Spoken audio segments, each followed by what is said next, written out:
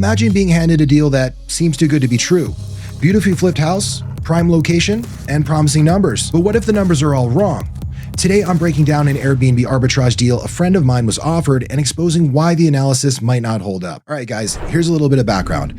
I have a friend who is working with a company. They help source Airbnb arbitrage deals where they go out, they find them a property, they'll even design it for you, and they promise it to be a successful property, generating high amounts of revenue.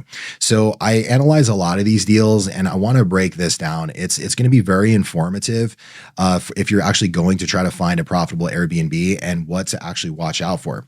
So the property here is located here in Tampa, Florida. It's $3,500 a month in rent. It's a 4-bed, 2-bath, 1,600 square foot. Let's go ahead and just jump in and take a look at some of the photos. So the exterior of the home, it's decent, it has some curb appeal. This one is recently flipped. As you can see on the inside here, we got all new flooring. There's probably some new paint. The lights look pretty new. So not too bad from the first look. Backyard could use some work. We have an old dryer here with a washer. My first impression of this property is that it looks like a nice home. I think that they did a great job with the marketing of things. The photos, they're not very professional, but they captured probably the best parts of the space. I've been doing this a long time to know that there's more once you get into the house to really uncover. And there's probably a lot of stuff that you can't see here on the photos. So they're only showing you what they want you to see. And when we look at this, we're not seeing the entire property to start, right? There's only a few photos here. It shows like one bedroom. Let me see, one bedroom. Yeah, like one bedroom and a living room. There's not a lot going on. They didn't provide a lot of detail. So with this company, I know I'm not going to name the name of the company that does this here, but this is all they provide the student or the investor. They give it to them. They don't provide any walkthrough videos or anything like that. They have to make a decision basically based on this. It's a little bit concerning because we've done these so many times where it looks nice and then we get in the home and there's a million problems. There's stuff that needs to be updated and fixed. There's stuff you just didn't see, and it ends up being a money pit, honestly. So if you can, and you work with these companies, or if you're just searching for properties in general, make sure that you can hire a contractor, a handyman, or if you can, just go out to the property, do an inspection, look through, make sure it's up to par here with being a quality Airbnb. So with this one here, the numbers overall, they look good. So $3,500 in rent, not too much money. You could definitely negotiate this down potentially with a landlord. And then when we look at the numbers on the back end, I'm actually show you here, this company provides a Loom video. They walk through and give you their take on the property, provide you like analysis with numbers. So we'll take a look at that here in a second. So with this in the Tampa area, we've actually been down to Tampa. We've done a design in Tampa. The Tampa area, it's a mix. There's some really nice properties, really nice mansions, but a lot of the area is really diverse and there's a lot of parts that are just kind of gentrified. So you have to be careful though. There are some neighborhoods that aren't good for Airbnb. People, like guests will come and check in and they'll probably fear for their safety, or, if they go to the store, they're not going to have the best experience. So if we're going to be investing $30,000 or more into a property, we want to make sure that it's in a prime location, good walkability score. If they're going to the store, they're going to have a pleasant experience. And I'll give an example of this. Like we did a property in Atlanta one time. We flew to Atlanta, and our first impression was like, when you get to a home, you got to get groceries, right? If you're staying there for a minute. So when we got to Atlanta, we flew in and we went to the Walmart there, and there was some ghetto people just fighting in the frozen food section, screaming at each other. And that was our first impression, right? So you can imagine, you put yourself in the shoes of a guest, anybody that's coming to stay there, and they're going to get groceries, and they're like, the scale has tipped to be negative. And that starts off with a bad taste in their mouth. So next, when they get to the home, they're potentially creating a filter here of a negative experience. And then they get to the home and they start kind of noticing some negative things. It just helps start supporting their belief or their perception. So in general, emotion emotions create feelings, create perceptions, perceptions create beliefs. So if they start with a negative feeling, and then they maybe something else, when they get to the home, something's out of place, there's more negative feelings. Those negative feelings start creating a perception, and then that starts creating a belief. And that's you'll start getting messages from them of why things aren't adding up, or why things aren't great for them, and then ultimately it leads to that bad review, which is their belief about the home and their experience. So we want to make sure that everything starts off as positive as possible. So let's take a look at the analysis of this video. It's a short one. It's only 10 minutes long.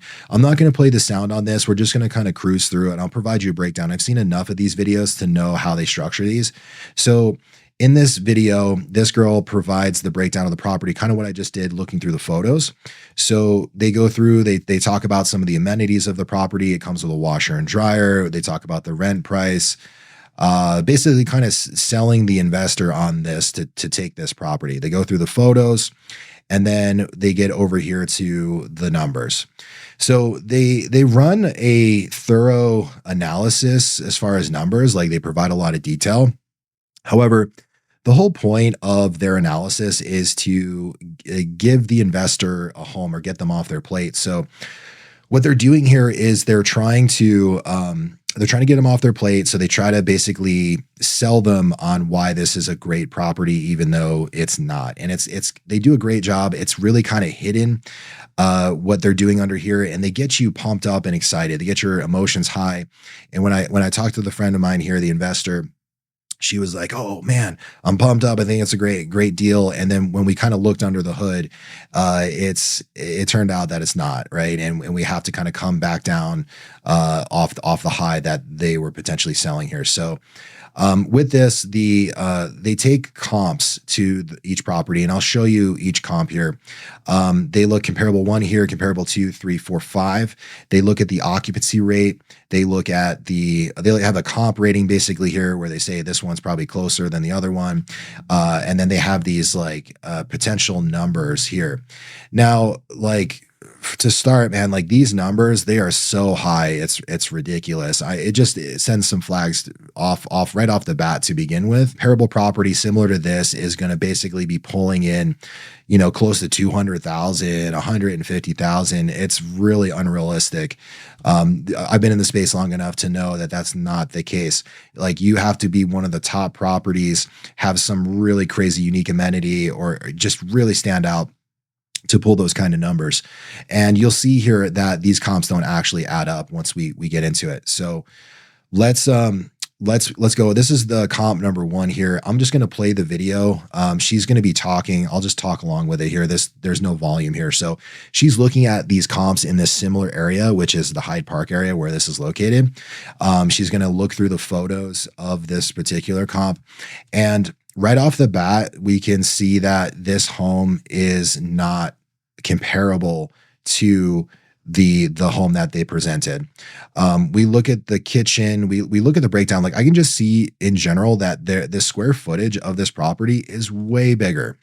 Everything is up to date, that it's a newer build. Like, it was built in a more recent year than this home here. Now this home, let's take a look and see that it's an older home, man. This has to be like, I don't know, 70s, 60s when this was built. Let's see. Because it was recently flipped, it looks newer and nice, but it still has all of the like old feel to it. So I'm not sure what year it is. Usually, well, I don't think it's going to show because it's a rental when this was actually built. So anyway, just take my word for it. You can obviously tell this is an older type home compared to some of the newer builds that you've seen. You'll see this here in the backyard as well. So everything's much bigger square footage wise. These high ceilings, look at this, super nice. They got in the bedroom here. All the bathrooms are much bigger and newer.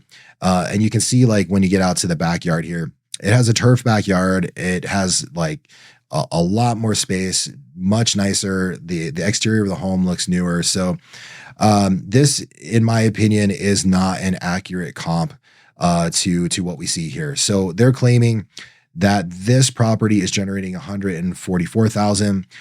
I don't think it's that high to be honest. So like AirDNA's numbers are usually off. I think it's going to be lower than that.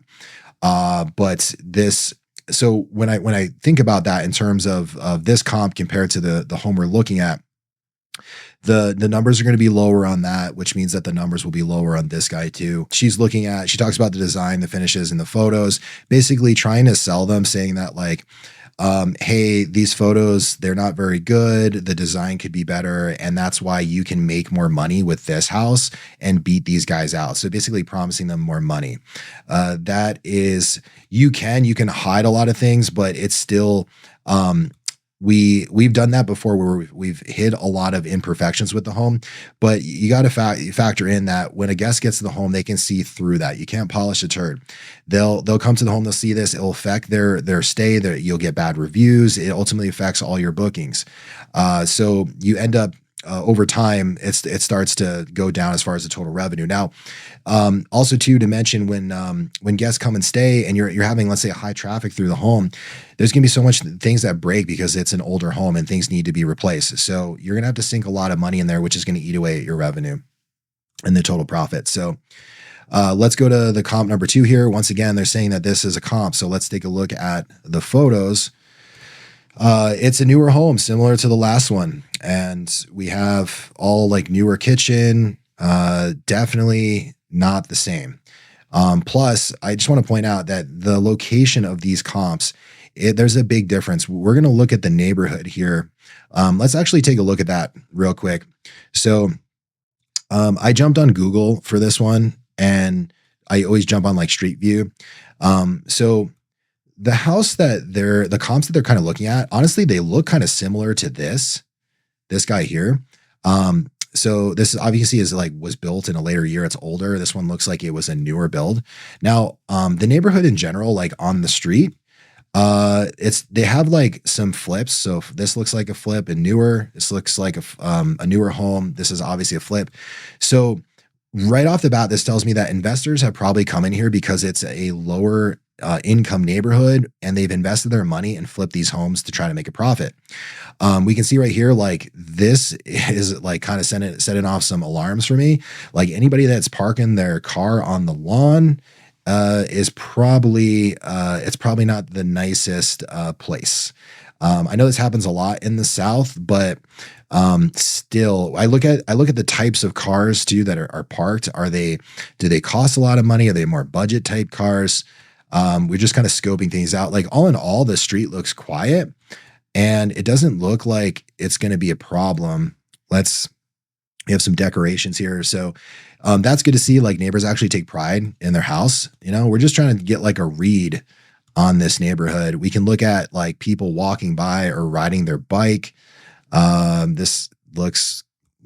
take a look at this place actually. Is this like multi-family? No. Yeah, so it's not too bad. Like for Tampa, I know you might be saying like, "Oh, this doesn't look nice," but like Tampa, this is what Tampa pretty much looks like, unless you're in the really rich part. So where I started to kind of cruise was I went up this way. Once again, we kind of have some cars parked here, like this older type cars. Might not be the greatest. There's a parking lot here. There's maybe some kind of business. Let's keep going. Like that wasn't so much setting off alarms for me. This one, it looks like an abandoned building. So like I said, it's more kind of gentrified. It looks like, look at some of these advertisements here. This is probably for lower income. They want to try to offer plans. So they're advertising for people in the neighborhood. If we look here, like this is newer, this is nice. And so when I see this stuff, I'm like, okay, they're trying to gentrify the neighborhood. So it's going to be a mix. So if a guest is going to come stay, they might have like a positive experience, but they also might have some negative stuff, like seeing somebody fight in the frozen food section. So with this, I cruise. I'm actually going north. Before we go north, let's go south and let's take a look here real quick. I want to show you, if you go south in Tampa, we're going to run into the water. Properties always get more expensive as you run into the water. So, and the comps that were taken were actually, they were kind of like southeast here. towards Tampa, and that's going to be a nicer part of town. So if we go up this way, this is down south, things start to get nicer. There's newer buildings and such. Like I think this was like was this? This is a studio. They had a studio. They had a Pilates place that I saw up here. Where was it? The shop's over here. They have a raw smoothie place. Okay. So like this is stuff that you see in like rich areas or nicer areas, in a Pilates studio. That means that people are like going to come and do this stuff. In ghetto parts, you don't usually have Pilates studios. People aren't doing Pilates there. So if we continue to move up, you can also, it looks like we got like a nice car right here, right? So we're just looking around, getting a feel for all of this. This all looks brand new. So like I said, it gets nicer the further south we go. Now, let's go back north. I'm just going to jump over here. So this is what I saw when I started going north. So we had passed by this. This was that abandoned building. Look at this abandoned building. So, people, who knows, hanging out in these abandoned buildings, not going to be the greatest. If we continue to go down, this actually gets closer to the highway, barbed wire fence, auto. There's always a lot of auto places in the ghetto for some reason. Gas station, not bad though. Like I said, look, there's a mix. You got like a nice car. So you're going to kind of get a mix of things here. So you make up your mind with if this is like a neighborhood that you want to invest in. Not the worst in Tampa, but I don't know, if you're going to be investing money, you might as well look for a nice neighborhood. So with that in mind, we were talking about the location. You can see over here that this comp was east. So it was like the other comp over here. You see my mouse is kind of up in this area. So southeast, this is where these comps are being taken, which is closer to Tampa and the Hyde Park area, which is nicer. So looking at this, like I said, the house is new. Now, she's talking about how the design is bad, and I totally agree with her. The photos are terrible. They're focused on really bad things, and the design is just not good at all. Things are really sloppy, unmade beds, and the staging is just terrible. So we continue to go through here. Doesn't look like a lot of money was put into it, but the house itself is like built on a great foundation. It looks really nice back here. Everything looks newer. There's like a nice garden back here. So ultimately this is going to be a better foundation to build off of. Like if this was the property and it was empty, yeah, I would jump in on that. It's going to be nicer. So, we continue here. That comp was around 98,000. And then we start to get into like this one being 205. Now look at this one. This one was really ridiculous. I think it was this one, or was the last one. It was like a mansion. So this one you can see though, looks like they have some boxwood walls in the photos. I think she'll get into it. Yeah. Design like much cleaner, neon sign. Definitely they're going to be supporting higher numbers. So that one is definitely not a comp. I mean, does that look like a comp compared to the dump there that was offered? All right, we continue to go this one. They're saying that this is a comp. Like, look at the exterior of this home. Like, it's amazing. It's like got that southern like driveway overhang, beautiful porch. Like, get real. This is not a comp compared to this. Okay. So these numbers are not going to be accurate. When you look at the numbers of this one, I think it was pulling in around, I think the occupancy was around 60%. It was pulling in like 70K a year, something. So probably closer to that as far as the numbers. Definitely not this much. Like they're trying to really sell this property that it's going to pull those numbers. So we really take a look at that. We see through that. And I want you guys to understand that when you're taking like comps, we want to be looking not at these kind of properties. We want to be looking at properties that are going to be similar to this. We want to look at the similar amenities, the yard, the exterior of the home, the neighborhood, the location. Does this property have a pool? Now in Florida, the best properties have pools. It's the South. When people want to, it's hot and people travel, they go on vacation, they're going to want a pool. So this property, you wouldn't necessarily take a comp. Like let's say you found a house that was similar to this, but it had a pool. it will be more comparable than these houses, but the fact that it has a pool could really make a difference with how much money it's pulling in. So you have to be careful that you don't say like, oh, like this house is comparable to this one, but this one has a pool, so the numbers will be the same. It's definitely not the same. So make sure you factor in these things. Now, with some of our properties, if he doesn't have a pool, you can put one in, you can put a hot tub in, you can add value and incentivize people to want to come and book your property. But if it's plain and you're not going to be adding things, you're not like going to put the money into it it's not going to be comparable to the other one. One also thing to note here was they were promising like, oh, there's a washer and dryer. I always look at these kinds of things when it comes to the operation piece. This stuff looks older. This washer, no, but this dryer, this thing's going to break tomorrow. Okay. Your cleaner's going to come in, they're going to do one load of towels and this thing's going to blow up and you're going to have to buy a new dryer. Okay. So this is extra money that you have to put into the property because you didn't spot this stuff. Same thing with the water heater. I know this stuff is covered by landlords and stuff, but this presents potential problems. Like this could be an old one. And a guest is, maybe your second weekend, the guest's taking a shower and it doesn't work. And then there's a problem.